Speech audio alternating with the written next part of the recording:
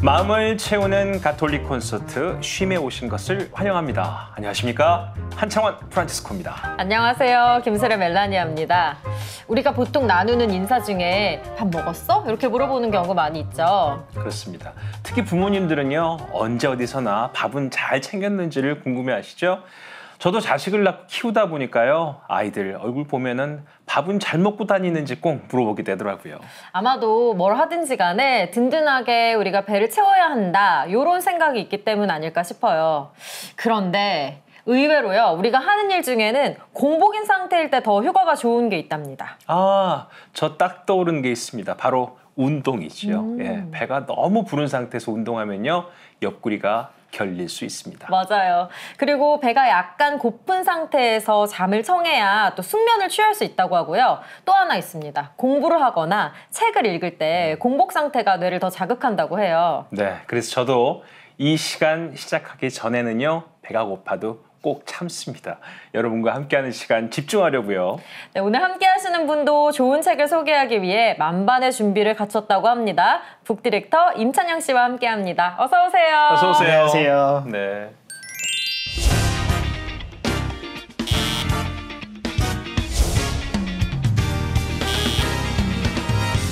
신앙 서적에 대한 편견을 깨기 위해 늘 안테나를 세우고 있는 북디렉터 임찬양 베드로. 어머니의 기도 속에 신앙도 지키고 자신의 일을 즐기는 임찬양 베드로.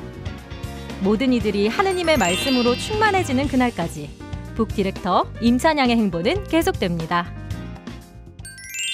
네, 임찬양 씨, 가을은 독서의 계절이라는 말이 있죠. 네. 근데 알고 보니까 가을은 날씨가 너무 좋아서 사람들이 책을 진짜 안 읽기 때문에 그래서 가을은 독서의 계절이라고 부른대요. 그거 원래 알고 계셨어요? 이 가을은 독서의 계절이란 말의 유래부터 조금 제가 설명을 좀 드리고 싶어요. 제가 또 열심히 찾아왔거든요. 네. 뭐였냐면 가을은 독서의 계절이란 말은 당나라 시대의 문인이었던 한유라는 사람이 네. 아들에게 가을에 날씨도 좋으니 책 좀 읽어라 라는 마음으로 시를 썼다고 합니다. 부독서 성남시라는 시를 썼는데 뭐 내용은 가을은 계절이 너무 좋으니 너의 지식을 위해서 책을 좀 읽어라 라는 내용으로 시를 썼는데 이게 나중에 가을에 읽는 책이 너무 좋다라는 사자성어로 등화가친이라는 말의 유래가 되었다고 합니다. 그런데 한 가지 재미있는 사실은 실제로 출판업계에서 가을에 책이 가장 제일 안 팔린다고 말하는 것도 사실입니다. 네.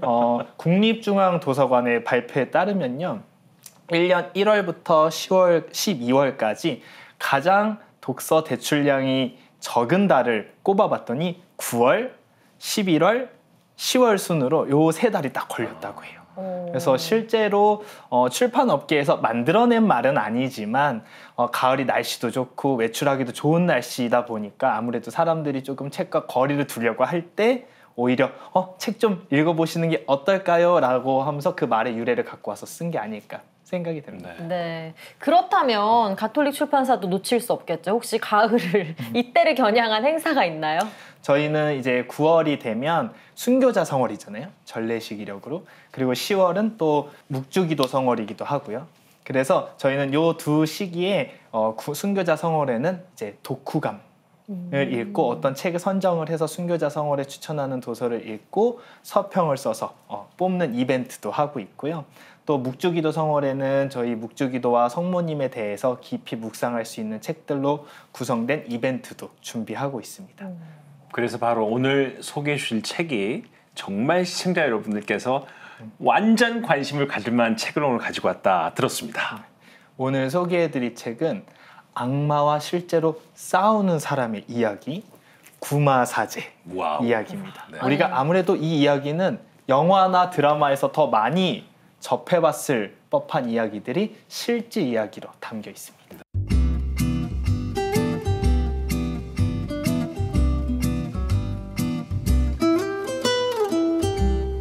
표지도 진짜 찰떡처럼 어울려가지고 이 책이 내 눈에 딱 띄면은 한번 열어볼 수밖에 없는, 펼쳐볼 수밖에 없는 그런 책인 것 같아요. 이거 양장본으로 나왔다면서요? 네, 첫 초판은 2019년 6월에 첫 출간이 됐는데요.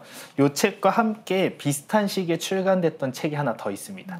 바로 프란치스코 교황님의 책인 악마는 존재한다 책이 먼저 나왔고요. 그 다음에 이제 구마사제가 나왔는데 요 시기에 정말 많은 분들이 두 책을 찾아주셨어요. 그래서 단기간에 종교 분야 전체의 베스트셀러가 됐고, 그래서 저희가 이제 많은 독자분들의 사랑에 힘입어서 2020년에 리커버 양장판을 새롭게 출간하게 되었습니다.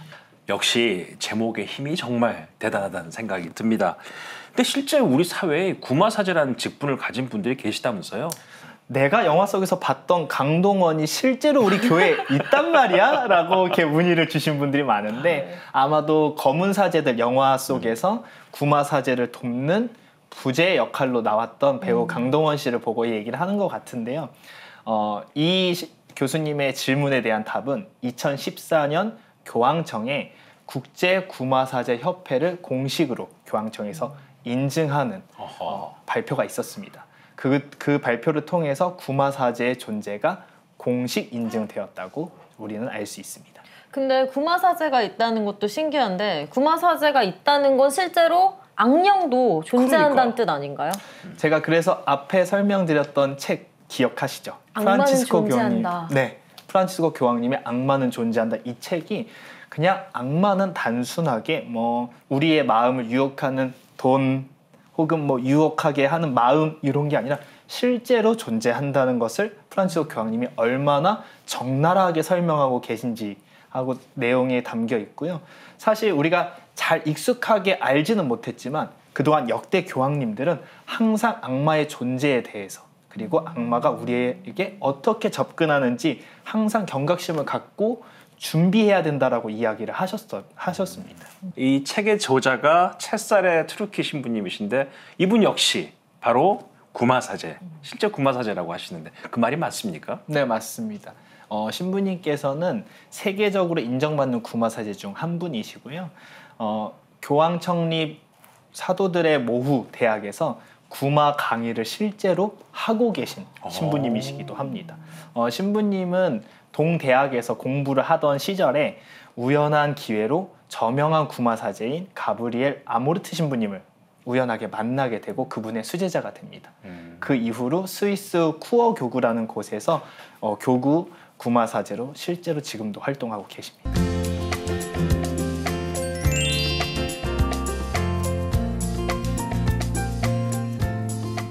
자, 그러면 책 속으로 한 걸음 더 들어가 보겠습니다. 염수정 추기경님이 이 책의 추천사를 쓰셨어요. 첫 문장부터 아주 강렬합니다. 가톨릭 교회는 악마가 존재한다고 단언한다. 그렇다면 우리나라에도 구마사제가 있나요? 추기경님께서 너무나 노골적으로 바로 그 문장을 인용을 하시면서 교황님의 문장이었거든요. 교황님의 말씀을 딱 말씀하시면서 악마의 존재에 대해서 우리가 얼마나 주의 깊게 봐야 되는지 이 책에서 서문에서 딱 밝혀주시고 이 구마사제의 책을 통해서 우리가 왜곡된 신앙에 대해서 잘 인지하고 오해하면 안 된다라고 말씀을 해주셨는데요. 우리나라에도 구마사제의 존재에 대해서는 모 방송 채널에서 어떤 고위 관계자를 통해서 실제로 존재한다라는 답변을 받았다고 보도가 나간 적은 있는데요. 이거를 공식적으로 언급한 적은 아직은 없습니다. 네. 그래서 구마라는 직분 자체가 오해 여지도 많고 또 가십이나 유흥거리 혹은 재미 요소로 조금 많이 변질될 가능성이 많기 때문에 조심스럽게 다루고 있는 것이 아닌가라는 생각을 하고 있습니다. 네, 그리고 구마사제가 계신다고 해도 굉장히 비밀리에 활동한다고 하시더라고요. 그렇죠. 안 그러면 사람들이 얼마나 찾아가겠어요. 근데 제가 보니까 바로 이 저자께서 공부하셨던 이탈리아에서 구마사제를 찾는 사람들이 그렇게 많다면서요? 네, 실제로도 매년 50만 명이 넘는 사람들이 자신이 악마가 씌었다고 생각을 해서 구마사제를 찾아간다고 합니다. 그런데 실제로 구마사제가 필요한 경우는 거의 없다고 합니다. 그러고 보면 우리가 악마에 대한 단순한 그런 호기심?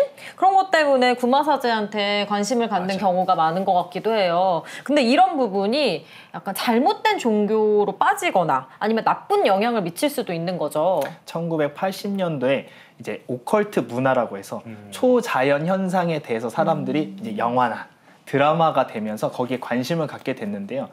잘 알려지지 않은 내용이다 보니까 사람들이 어떤 사람의 상상력 혹은 어떤 사람의 잘못된 추측, 해석 등으로 인해서 이런 것들이 종교관을 잘못 만들 수도 있고 신앙관을 잘못 만들 수도 있기 때문에 이런 부분에 대해서 이제 조심스럽게 접근해야 한다라는 입장이 많이 나오기 시작했습니다. 결국 이 책 또한 저자 신부님께서 바로 이런 문제를 해결하기 위한 대안으로 이 책을 쓰신 게 우리가 그렇게 이해하면 되겠네요. 맞습니다. 신부님께서도 아까 그런 부분들에 대해서 오해하지 않도록 신부님께서 악마와 구마사제가 어떤 오락적인 요소로 꾸며진 이야기가 아니라 실제로 악마는 우리 교회 안에서 어떻게 활동을 하고 있고 구마라는 과정이 신학적이고 교회적이고 성경적으로 어떤 우리 교회 안에 역할을 하고 의미를 담고 있는지 잘 설명하기 위해서 이 책을 쓰셨다고 이야기하고 있습니다. 그래서 책을 읽다 보면 또 이 저자 신부님께서도 구마사제라는 직무에 대해 여러 번 설명을 하고 계세요. 근데 제가 그중에서 가장 인상적이었던 건 구마사제는 자비의 직무다라는 부분이었어요. 왜냐하면 악마의 고통받는 이를 해방시켜 주려는 그 예수님의 마음을 그 시대뿐만 아니라 지금 시대에서도 우리 교회 안에서 여전히 그 직분을 행하고 있는 것이기 때문에 결국 인간의 평화, 마음의 평화, 인간의 구원을 위해서 오셨던 예수님이 지금도 현실 그대로 자비의 직무로 구마사제가 행하고 있다고 얘기를 하고 있습니다. 자, 그렇다면 이 구마사제가 되기 위해서 일정한 절차와 과정도 있다면서요?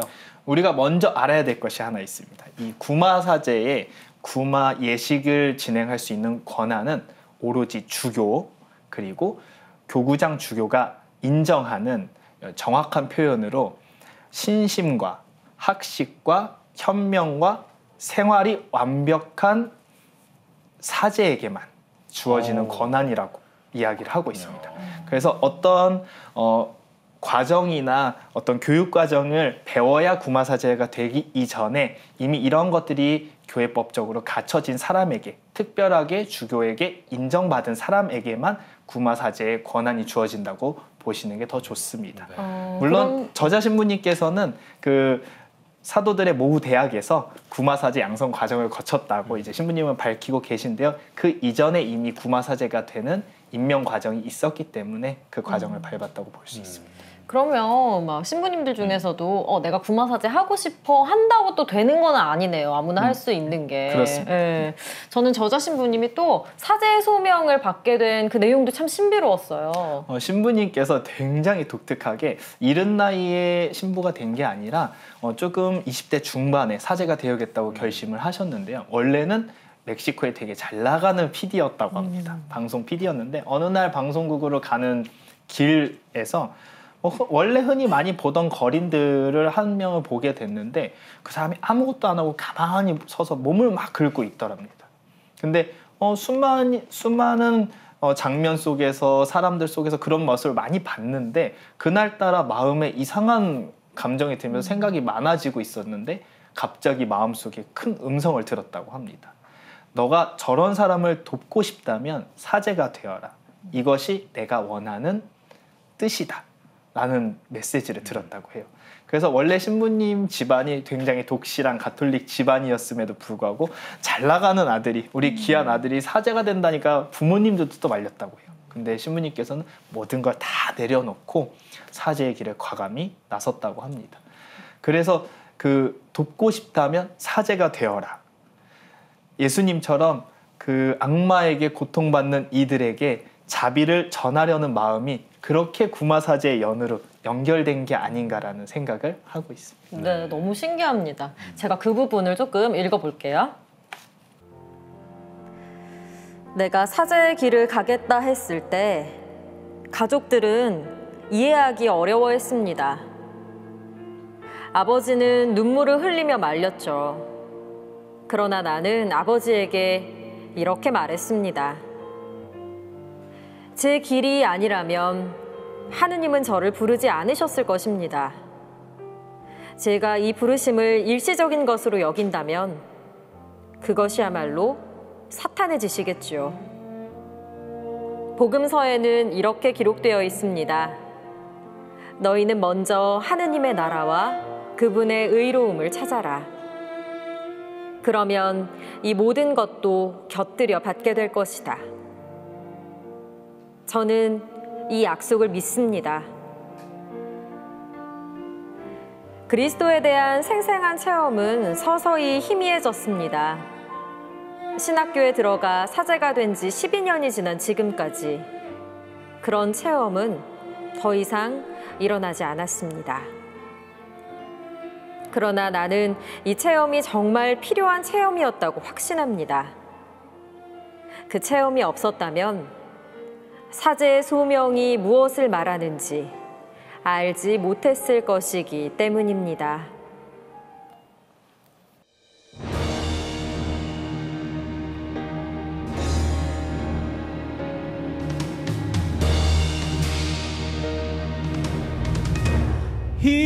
일어나 비추어라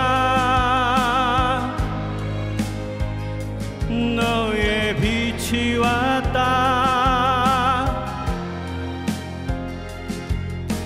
주님의 영광이 내 위에 떠올랐다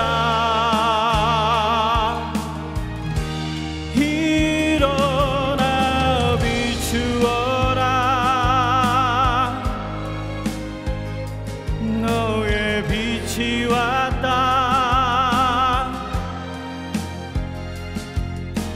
주님의 영광이 내 위에 떠올랐다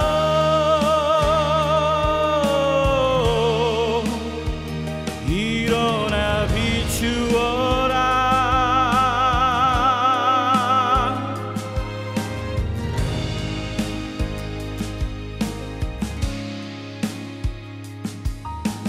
암흑의 어둠이 땅과 결의들을 덮으리라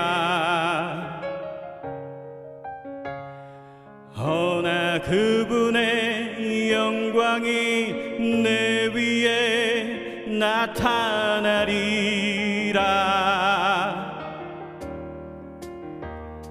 세상 모든 민족들이 너의 빛을 향하여 달려오리라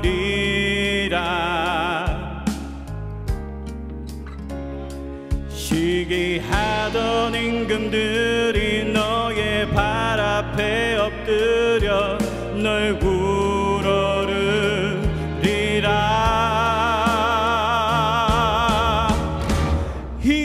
일어나 비추어라 너의 빛이 왔다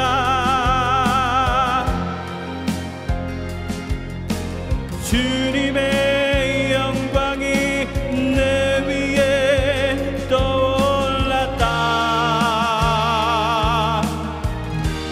일어나 비추어라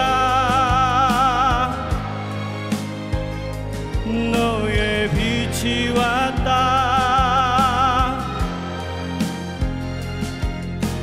주님의 영광이 내 위에 떠올랐다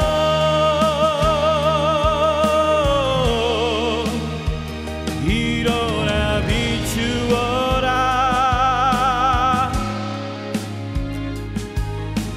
바다의 보화와 모든 재물들이 내 것이다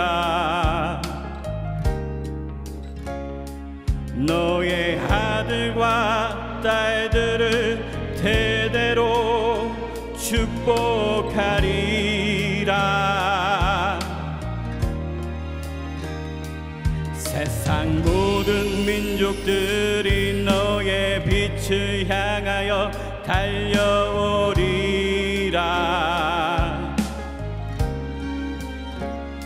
시기하던 임금들이 너의 발 앞에 엎드려 널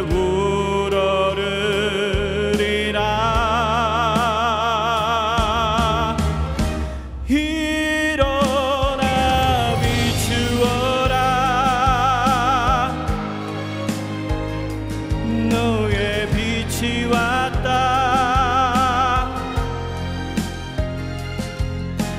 주님의 영광이 내 위에 떠올랐다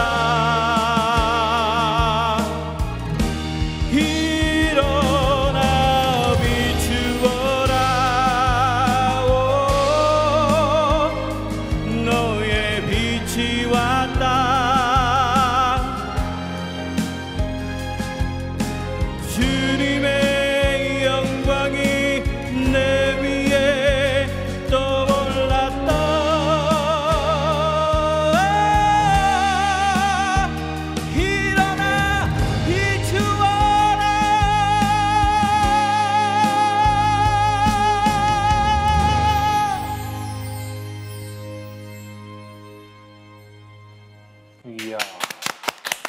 와우. 와. 들었습니다. 네, 잘 들었습니다. 임드빈 씨 진짜 오랜만에 뵙는 것 같아요. 어떻게 지내셨어요? 네, 뭐 한국 가톨릭 문화원 직원으로서 열심히 일하면서 지냈습니다. 제가 듣기로 임드빈 안드레아 씨 성령 쇄신 봉사회에서도 일을 많이 하고 계시는데 우리 교회 구마사제 존재에 대해서도 알고 계셨어요? 네, 알고 있었고요. 청년 성령 쇄신 봉사에서 오랫동안 봉사하면서 신부님들께서 이제 구마기도 해주시고 하는 부분들을 많이 경험을 했고 실질적으로 그 안경이 들리셔서 몸을 비틀거나 여러 가지로 굉장히 좀 보기에는 힘든 그런 모습들을 많이 경험을 해봤어요. 그래서 악마가 진짜 존재하는구나라는 거를 어릴 때부터 많이 느끼게 됐습니다. 네. 그러면 임드빈 씨는 오늘 우리가 하는 얘기들이 되게 익숙하실 수도 있을 것 같아요. 사실 무서운 생각들을 많이 갖고 있었어요. 그리고 사실 어떤 특정한 유혹이 온다든지 할 때 악마의 속삭임이 아닌가, 뭐 이게 과연 어떻게 대처해야 되나 이런 걱정들을 많이 하면서 좀 많이 어두운 생각들을 많이 했었는데 악마가 있기 때문에 하느님의 존재성에 대한 부분을 더 믿게 돼서 지금은 그 믿음으로 지금까지 왔던 것 같습니다. 네, 남 얘기가 아닌 것 같은 그렇습니다. 오늘 얘기 끝까지 함께 해주시고요. 임드빈 씨의 찬양은 또 조금 있다가 계속 들으실 수 있으니까 끝까지 함께 해주세요. 네, 고맙습니다. 감사합니다. 네. 네. 앞서 찬양 씨도 말씀을 한번 하셨지만 채살의 신부님에게도 멘토가 있으셨다 말씀하셨잖아요. 아모르트 신부님? 네. 그러셨죠. 예. 이분께 구마사제가 명심해야 될 몇 가지 규칙들 다 배우셨다고 하는데. 먼저 그 가브리엘 아모르트 신부님에 대해서 간단하게 조금 소개해드리자면 1980년대 이제 오컬트 문화가 막 성행할 때 우리 교회 안에서 체계적으로 구마사제들끼리의 조직이 좀 필요하겠다라고 생각을 하셔서 국제 구마사제 협회를 처음으로 만드시고 초대 회장을 하셨던 분이 바로 아모르트 신부님이십니다. 그래서 아모르트 신부님 밑에서 이제 채살의 신부님이 여러 가지를 배우셨는데 그 중에 이제 중요한 몇 가지를 언급하신 게 첫 번째는 소속 교구의 주교를 아주 굳건히 믿어라. 두 번째는 부마자, 그러니까 이제 악령에 씌인 사람과 단 둘이서 구마 예식을 하지는 말아라. 그리고 마지막으로 구마 예식을 할 때는 너와 함께 기도해 줄 수 있는 사람들과 함께 예식을 진행을 해라 라고 이야기를 했는데요. 이게 왜 이런 이야기를 하게 됐냐면 구마 예식 자체가 구마를 하는 사제, 구마 사제와 예식을 받는 이 그리고 그 안에 있는 사람들의 그리스도에 대한 믿음이 드러나는 과정이기 때문이라고 설명을 합니다. 그래서 아무래도 사제도 사람이다 보니까 믿음이 흔들릴 수 있잖아요. 마음이 약해질 수 있고 그럴 때 자신을 위해서 함께 기도해 줄 수 있는 사람들과 함께 있어야 그리고 또 나를 보내준 주교 그리고 교회를 믿어야 이 마음이 흔들리지 않고 구마 예식을 온전히 할 수 있기 때문에 함께 하라는 이야기를 꼭 했다고 합니다. 그리고 더불어서 같이 얘기한 것 중에 이제 몇 가지가 있다면 도움을 청하는 사람에게 어떠한 형태로도 보답을 받지 말아라. 왜냐하면 구마가 서비스의 형태가 되는 것을 굉장히 조심스러워했고요. 두 번째 또 언급하신 것 중에 하나는 어떠한 상황에서든 불필요한 신체 접촉은 피해라. 괜한 이제 오해 여지를 살 수 있으니. 그리고 세 번째로는 가장 중요한 언제나 구마 예식을 하지 않을 때는 예수님과 성모님께 의지하는 기도하는 삶을 살아라 라고 항상 강조하셨다고 합니다. 네, 지침들이 꽤 많은데 저는 그 중에서도 이 지침이 되게 인상적이었어요. 구마사제 본분에는 충실하되 구마와는 또 거리를 둬야 한다. 이건 어떤 의미죠? 그 구마 사제의 직분이 마치 자신이 특별한 힘을 지닌 마술사처럼 여겨지지 않게끔 스스로 늘 경계해야 된다는 말로 이해를 하셨다고 해요. 이 구마라는 과정이 자체가 철저하게 예수님의 이름으로 교회의 권한으로 하는 행위이기 때문에 어떠한 특정한 사람의 능력에 의해서 이게 성공하고 실패하는 것이 절대 아니라고 신부님은 강조를 하십니다. 그래서 구마사제는 늘 교회에서 필요로 하는 곳에 가서 구마의 직분을 하지만 하지 않을 때는 그 구마 직분이 자신의 모든 것이라고 함몰되지 말고 거기서 잠시 떨어져서 오히려 하느님 안에서 그리스도 예수님과 함께 자신의 관계를 만들어가는 게 더 중요하다라고 이야기를 했습니다. 바로 그래서 저는 이 부분이 인상적이었어요. 우리는 보통 구마예식이 비공개로 하고요. 다른 사람들 절대 알리지 마라 이렇게 알고 있었는데 아무래도 신부님은 그게 아니다 그렇게 말씀하셨다고 그래요.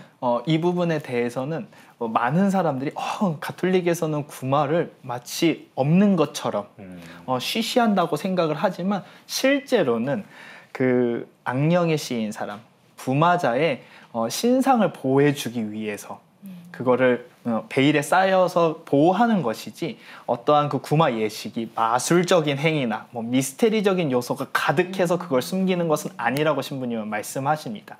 대신 이것을 비밀로 너무 감출 필요는 없다라고 말씀하신 큰 이유 중에 하나가 구마 예식은 준성사에 해당하는 예식입니다.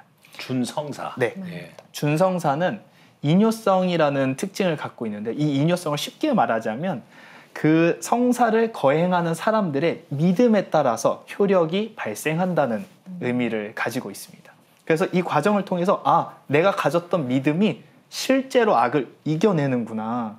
왜 예수님께서 그렇게 너네 믿음을 좀 가져라라고 했던 이유가 이런 것 때문이구나라고 해서 오히려 교리교육의 현장이 될 수 있다고 신부님은 말씀하셨다고 해요. 하지만 또 누군가의 구경거리나 흥미거리가 되어서는 안 된다고도 명확히 말씀하고 계시죠. 네, 그래서 채사레 신부님도 그렇고 절대 호기심 때문에 참석하고자 하는 사람들은 절대 받지 않았다고 하고요. 또 어떠한 경우에서라도 구마 예식에 참여하는 사람들은 통신 수단을 가질 수 없다고 얘기를 합니다. 네. 왜냐하면 그 구마 예식을 촬영하거나 전송해서 괜히 주술적으로나 혹은 미신적으로 오해할까봐, 곡해할까봐 그러한 사전의 오해 여지를 말끔하게 제거하는 거라고 생각하시면 될 것 같아요. 자, 그렇다면 이제 구마예식이 어떻게 진행되는지 참 궁금합니다. 근데 사실 그냥 막 진행되는 게 아니라 이것도 일정한 순서가 있고 교회에서 인준한 구마 예식서가 따로 있다고요? 네, 맞습니다. 아까도 제가 설명했던 것처럼 구마 예식을 준성사로 규정하는 예식서가 바로 구마 예식서라는 게 공식으로 있습니다. 이 구마 예식서는 요한 바오로 2세 교황님께서 1998년에 발표하신 교령에 의해서 공식 인준이 되었는데요. 사실 이 구마 예식서의 유래가 굉장히 깊습니다. 우리 초대교회 때부터 구마 활동을 했다는 흔적들이 2세기와 5세기의 기도문들로 많이 남아 있는데요. 이 기도문들이 모여서 1614년에 모든 가톨릭 전례가 담긴 로마 예식서라는 것이 만들어집니다. 그 안에 이제 구마의 한 파트로 이 기도문들이 들어가게 됐고요. 그 후에 레오 13세 교황님이나 비오 12세 교황님 같은 분들이 이 로마 예식서 안에 있는 구마 예식을 점차 발전시켜서 지금의 형태가 되었다고 보시면 돼요. 야, 악마도 진짜 옛날부터 있었네요. 그러니까. 아주 예. 뿌리 깊은 그쵸? 놈이에요. 네. 이 구마예식 중에 악마랑 막 대화를 하는 부분도 이 책에 나오잖아요. 근데 저는 인상적이었던 게 또 거기서 이제 악마가 자기 이름을 밝히면 그때부터 힘이 약해지는 거라고 하더라고요. 이것 또한 구마 예식 안에 있는 포함되는 과정입니다. 구마 예식을 조금 살찬히 살펴보면 모든 성인의 호칭 기도를 먼저 바치고요. 그리고 시편과 복음을 성경을 낭독을 하고요. 그 다음에 이제 기도와 축복의 과정을 하는데요. 이 과정을 통해서 악마의 힘이 약해지도록 하는 것이라고 합니다. 그래서 악마가 충분히 힘이 약해졌을 때 자신의 이름을 말하도록 명령한다고 합니다. 이것이 구마 예식의 순서인데요. 이 모든 과정이 그냥 인간이 만든 건가라고 생각하실 수 있지만 자세히 생각해 보시면 우리가 성경에서 예수님께서 실제로 그렇게 하셨다는 것을 볼 수 있습니다. 가장 대표적으로 마르코복음 5장을 보시면 게라사 지방에 가셔서 예수님께서 마귀에 걸린 사람에게 너 그의 영혼에서 나가라라고 명령하시면서 너의 이름이 무엇이냐라고 물으십니다. 이 과정을 실제 구마 예식에서 그대로 하고 있는 거라고 생각하시면 좋을 것 같습니다. 네, 더 빨리 이해가 되는 것 같습니다. 자, 자신의 이름을 밝히는 악마, 생각만 해도 정말 무시무시합니다. 그렇다면 저는 또 이 부분에서 더 놀랐는데요. 악마가 본래 천사였다고요? 이 부분에 대해서는 이제 교회의 전승이 두 가지가 크게 있습니다. 하나는 초대 교회에서 활동하셨던 교부들의 해석이 있는데요. 그 교부들은 이 천사들이 인간의 모습으로 오신 예수님의 존재에 대해서 인간은 천사보다 낮은 존재야. 그러므로 저 인간이 된 예수는 난 인정할 수 없어. 라고 반란을 일으키면서 지옥으로 추락했다고 해석을 하고 있고요. 또 한 가지 전승에 따르면 이사야 예언서에 따라서 천사들은 인간이 하느님의 모상을 닮은 존재라는 것을 인정할 수 없었다고 합니다. 그래서 그것에 또 반란을 일으켜서 지옥으로 추락을 하게 됐는데요. 우리 교회에서는 어느 것이 더 옳다라고 확정을 짓진 않습니다. 하지만 중요한 것은 두 가지 세석 모두 다 천사가 교만함 때문에 타락했다라는 거를 우리가 주목하면 좋을 것 같습니다. 그렇군요. 자, 그럼 이쯤에서 우리 베드로 신부님은 이 책을 또 어떻게 읽으셨는지 심심 책방으로 다녀올까요?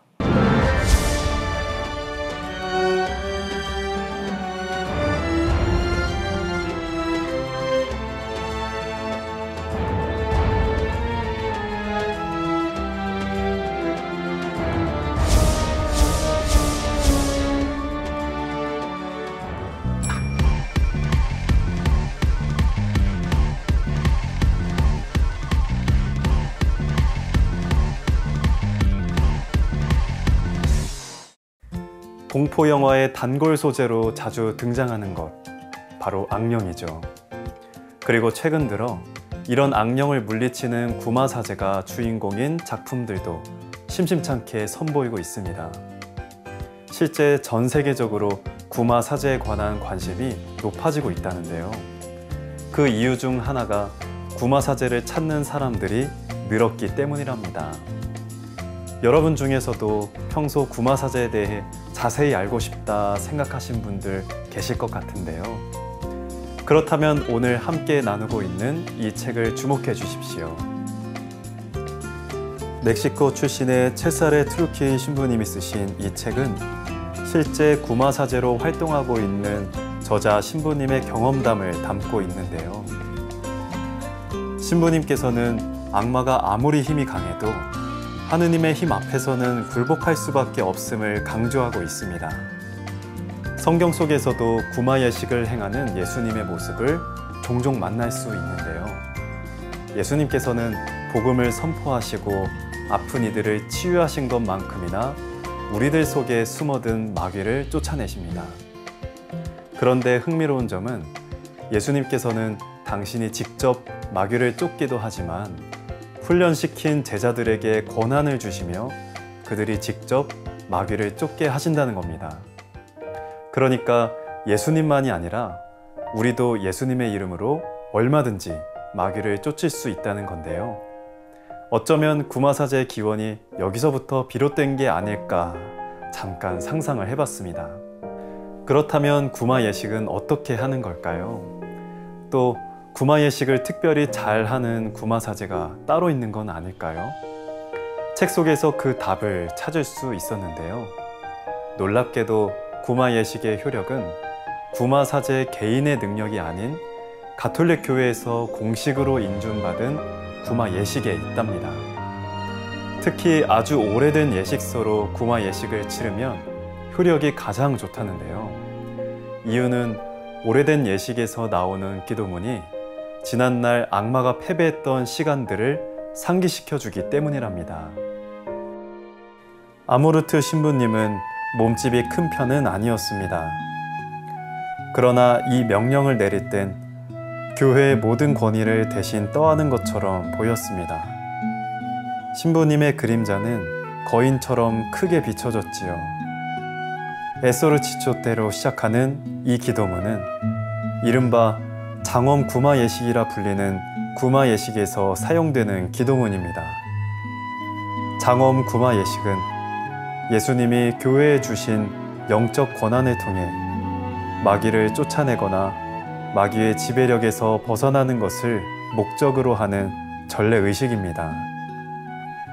유사한 구마 기도문들이 몇 가지 더 있는데 문구는 조금씩 다르지만 의미는 같습니다. 구마 기도문은 사탄에게 그가 시초부터 행한 모든 악행, 사탄에게 붙여진 거짓의 압이 인류의 적, 모든 악의 근원, 모든 고통의 원인과 같은 칭호, 그리고 그리스도에게 패배한 모든 순간을 상기시킵니다.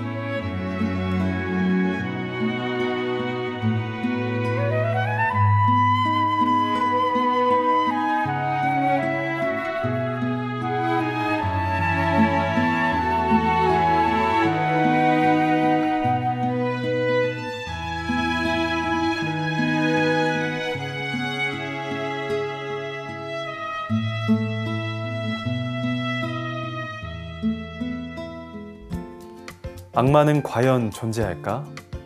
악마가 존재한다면 악이 강할까? 선이 강할까? 우리는 악마를 두려워하면서도 악마가 실제 존재하지 않을 거라고 생각하기도 하는데요. 하지만 이 책을 읽어보면 악마가 진짜로 우리 주위를 맴돌고 있음을 알게 되죠. 그렇다면 결론은 하나. 하느님께 의지하고 하느님의 힘을 믿는 것. 어쩌면 이 책이 전하고자 하는 메시지도 그게 아닌가 싶습니다.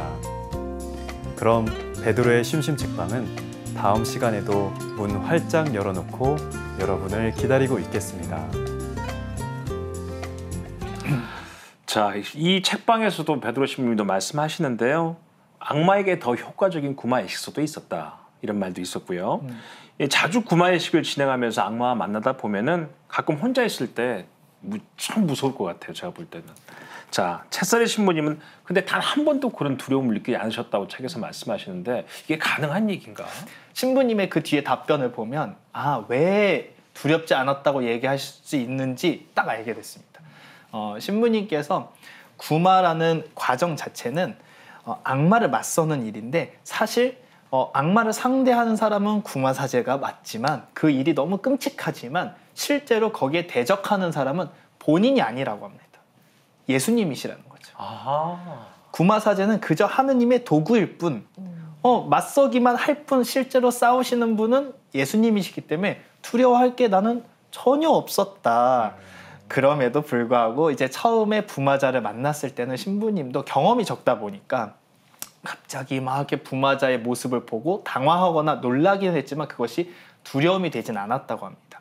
오히려 내가 그동안 성경책으로 봤던 예수님의 모습이 지금 내 앞에서 벌어지고 있는 것. 아까 우리가 이름을 부르고 자기 이름을 불렀던 악마는 이제 떠나가는 그 광경을 보면서 예수님께서 실제하셨구나. 그리고 그 예수님께서 지금도 나와 함께 계셔서 저 악마를 물리치셨구나라는 것을 확신하게 돼서 오히려 믿음이 더 깊어지고 혼자 있어도 무섭지 않게 됐다고 신부님께서는 말씀하고 계시고 구마사제 자체가 주체가 아니라 대행자라는 말씀이잖아요. 네, 맞습니다. 그렇죠. 네, 정말 그런 광경을 본다면 믿음이 강해질 수밖에 없겠어요. 그런데 이 사람들 중에 나 악령에게 괴롭힘을 당하고 있어요 하고 호소하는 사람들 중에 사실은 또 부마가 아닌 경우가 더 많다고요? 네, 실제로 매년 굉장히 많은 사람들이 이제 본인이 악마에 씌였다고 찾아오지만 실제로 그 중에서 구마사제가 필요한 경우는 1.1% 정도밖에 안 된다고 통계적으로 밝혀지고 있습니다. 참 그렇다니까 그럼 구마사제들은 부마가 되는 경우와 되지 않은 경우를 구별하는 게 가장 어려운 일이겠나요? 그러면? 맞습니다. 그래서 신부님께서는 가장 구마사제에게 필요한 능력 중에 하나가 식별의 능력이라고 특별히 강조하십니다. 이 식별의 능력이 뭐냐면 혹시 심리적인 불안 증세 때문에 그런 거 아닐까? 혹은 정신질환의 일부가 아닐까? 그리고 진짜로 악마가 씌인 게 아닐까라고 판단하는 과정이 반드시 필요하다고 이야기를 하고 있습니다. 그럼에도 불구하고 부마라고 명확하게 보이는 전통적으로 말하는 4가지 징후가 있다고 이야기를 하는데요. 첫 번째로는 신성한 것, 종교적인 것에 보이는 혐오증입니다. 그래서 성수, 성물, 성경 등 축성된 것에 몸이 닿으면 불에 대인 것처럼 아주 경악하는 행위를 보인다고 해요. 그래서 엄밀한 증명을 하기 위해서 구마사제들은 일반 물에다가 수건을 적셔서 닦고 그 다음에 성수로 담궈서 닦아서 이 2가지의 반응을 보고 비교를 한다고 합니다. 두 번째로는 전혀 배운 적도 없는 언어를 하는 경우인데요. 외국에 가보지도 않은 나라의 말을 하는 것도 물론이거니와 현재는 사용하지 않는 사어, 죽은 언어를 말하는 경우도 덜어 있다고 합니다. 세 번째로는 그 당사자의 나이나 신체 조건에는 전혀 나올 수 없는 괴력을 발휘한다는 것인데요. 그래서 구마 사제들이 간혹 구마 예식을 할 때 온몸을 결박해야 되는, 압박벨트를 해야 되는 경우도 종종 있다고 합니다. 마지막으로는 멀리 있거나 알려지지 않은 비밀적인 이야기를 알고 있는 경우들이 있다고 해요. 그래서 꼭 악마가 그런 악마의 소행이라고 해서 안 좋은 일만 그런 것이 아니라 좋은 일이든 안 좋은 일이든 이렇게 멀리 있거나 알려지지 않은 비밀에 대해서 알고 있으면 구마의 징후라고 많이 본다고 이야기하고 있습니다. 네. 안타깝게도 놀라운 건 구마예식 해가지고 짠 하고 악령이 딱 나가는 줄 알았는데 그렇지는 않더라고요. 책을 보면은 몇 번씩 구마예식을 해도 악마가 나가지 않아요. 저도 이 책을 보면서 가장 놀랐던 부분이 바로 이 부분입니다. 그동안 우리가 미디어에 의해서 맞아요. 얼마나 왜곡된 모습을 많이 갖고 있었나, 그래서 신부님이 이 책을 쓰셨나? 라는 생각이 들 정도로 저는 구마 예식을 하면 한 번에 그냥 떠나가는 줄 알았는데 신부님께서는 구마 예식은 굉장한 장기전이라는 이야기를 하세요. 보통 시작을 하면 2, 3년은 기본이고 5년, 7년까지 가는 경우도 많다고 하세요. 그래서 구마 예식이 시작되면 매주 한 번씩 만나서 30분 정도의 구마 예식을 드리고 같이 기도하고 헤어지고 그걸 만나는 작업을 몇 년 동안 반복한다고 합니다. 이 과정이 이렇게 길어지는 이유는 구마 예식이 마술적인 행위가 아니라 구마 사제와 구마 예식을 받는 사람과 함께하는 이들의 믿음이 굳건해지는 과정이기 때문에 우리가 믿음이 갑자기 없다가 생길 수는 없잖아요. 그 믿음이 점차 조금씩 나타나고, 그리고 그 악마의 괴롭힘에 의해서 많이 피폐해졌던 영혼이 회복되는 과정이기 때문에 이게 한 번에 되면 기적이지 구마 예식이라고 하지 않는다라고 신부님께서는 말씀하고 계십니다. 그러니까 악마가 얼마나 독한 존재예요. 우리 일반 신자들의 입장에서는 또 악마가 일단 내 몸에 들어오지 않게 하는 게 중요할 것 같아요. 그렇죠. 네, 악마가 내 몸에 들어오게 하지 않게 하는 그런 예방법도 있을까요? 정말 뭐 세계적인 구마 사제라고 하시니까 과연 어떠한 기똥찬 솔루션을 줄까 기대를 했는데 신부님은 딱 그 한마디를 하십니다. 악마의 목표가 무엇인지 우리가 알 수 있다면 우리 지킬 수 있다. 여러분은 악마의 목표가 뭐라고 생각하시냐? 제가 두 분께 한번 여쭤볼게요. 악마의 목표가 뭘까요? 그 사람은 온전히 다 차지하는 거 아니겠어요? 그 사람의 마음을 차지해서 이 사람이 하느님과 멀어지게 만드는 거. 그렇다면 예방법은 하느님과 멀어지지 않기 위해서 노력하는 것. 그렇기 때문에 우리가 예수님과 더 가까이 있으면 악마가 너를 틈탈 일이 없다라고 이야기를 하는 거다라고 명확하게 얘기하고 계십니다. 정말 맞는 말 같습니다. 악마가 우리에게 오죠. 악마가 인간의 육체를 점령할 수는 있어도 바로 영혼을 점령할 수가 없다. 그 나의 영혼을 점령하지 않도록 나는 나의 믿음을 굳건히 지키고 있으면 그로부터 나를 지킬 수 있다. 이렇게 이해하면 되겠죠? 네, 그래서 신부님께서도 이 믿음을 엄청 강조하십니다. 그래서 구마 예식에 들어오는 사람들의 그 믿음, 그리고 당신 구마 사제의 믿음, 그리고 예식을 받는 사람의 믿음뿐만 아니라 이 전체를 구성하고 있는 우리 교회의 믿음이 구마의 힘이지 어떠한 개인의 어떠한 뭐 스킬이나 능력이나 믿음, 한 명의 믿음으로 인해서 이런 것들이 전복되는 게 아니다. 그래서 그 부분 항상 강조하고 계십니다. 네. 그리고 이런 말도 힘이 돼요. 악마도 강하지만 하느님은 더 강하다. 네. 하느님이 더 강하시니까 우리는 하느님을 믿고 의지할 수밖에 없겠죠. 사실 오늘 얘기를 함께 나누면서 약간 무섭기도 해가지고 잠을 잘 이룰 수 있을까 걱정이 되는데 하느님과 가까워지면 되겠죠? 묵주기도 하면서 잠을 청해보면 되지 않을까 싶습니다. 우리도 이 책을 읽음으로 인해서 두려워할 게 아니라 확신을 얻는 그런 계기가 좀 되면 좋겠습니다. 그래서 그런 영화도 대사가 있었어요. 어린아이가 잠을 못 자니까 아빠가 왜 못 자니? 그러니까 악몽 때문에 자기 힘들다고. 그때 아빠가 그럽니다. 하느님한테 기도하고 자라. 그러면 악몽을 안 꾼단다. 이런 말 한 적이 있는데 아마 그 연결선상에 있는 이야기가 아닌가 싶습니다. 그렇습니다. 예. 우리 모두 오늘 하느님께 기도를 하고 자는 하루가 되길 바라면서 임찬양 씨 오늘도 재미있게 책 소개해 주셔서 고맙습니다. 고맙습니다. 감사합니다. 오늘 함께한 책 구마사지를 읽은 한 독자분이 이런 평을 남기셨더라고요. 굳건한 믿음을 유지하는 데 도움이 되는 책이다. 네, 정말 이 책을 아주 제대로 읽으신 분이라는 생각이 듭니다. 자, 오늘 우리들의 믿음도 한층 더 단단해졌으리라 믿으면서 끝으로 한창원 교수님이 읽어드리는 구마사제 한 구절과 임두빈 안드레아의 노래 전해드리겠습니다. 오늘도 함께해 주신 여러분 고맙습니다.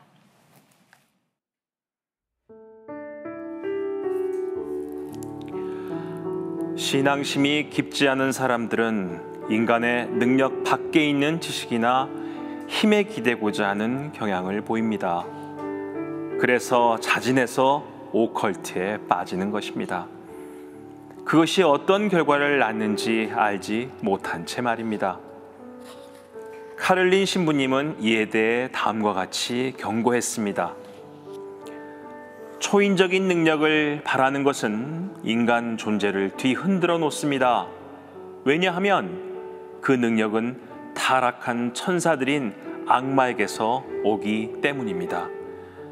하느님의 천사들은 주님의 계획을 따르기 때문에 인간에게 그런 능력을 주지 않습니다. 의식해서 하는 것이든 의식하지 못한 채 하는 것이든 오컬트와 관련된 어떤 것을 행하다가 악마의 실체와 마주하게 되는 사람들이 늘어나고 있습니다. 그 실체는 하느님 아버지의 적대자이자 거짓의 아비인 사탄입니다. 이때에는 하느님을 자신의 삶의 중심에 두어야 합니다.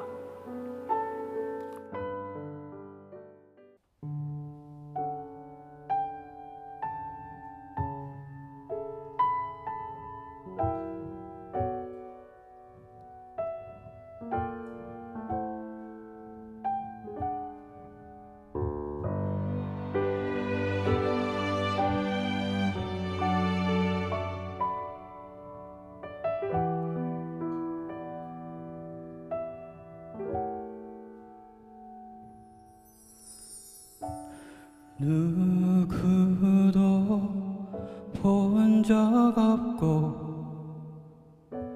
귀로 들은 적 없는 상상조차 하지 못한 사랑은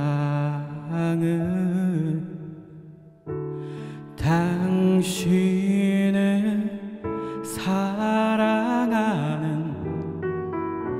세상 모든 이에게 마련해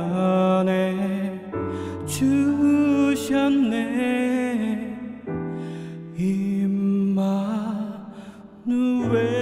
임마누엘 사랑합니다. 사랑합니다.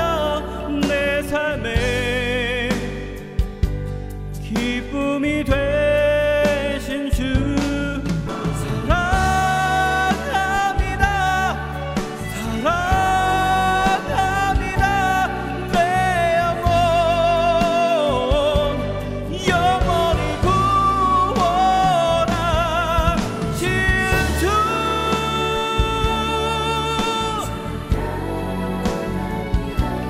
내 삶에 기쁨이 되신 주 사랑합니다. 사랑합니다. 내 영혼 영원히 구원하신 주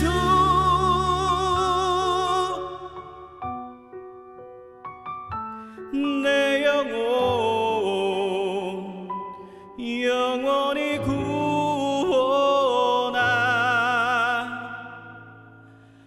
시주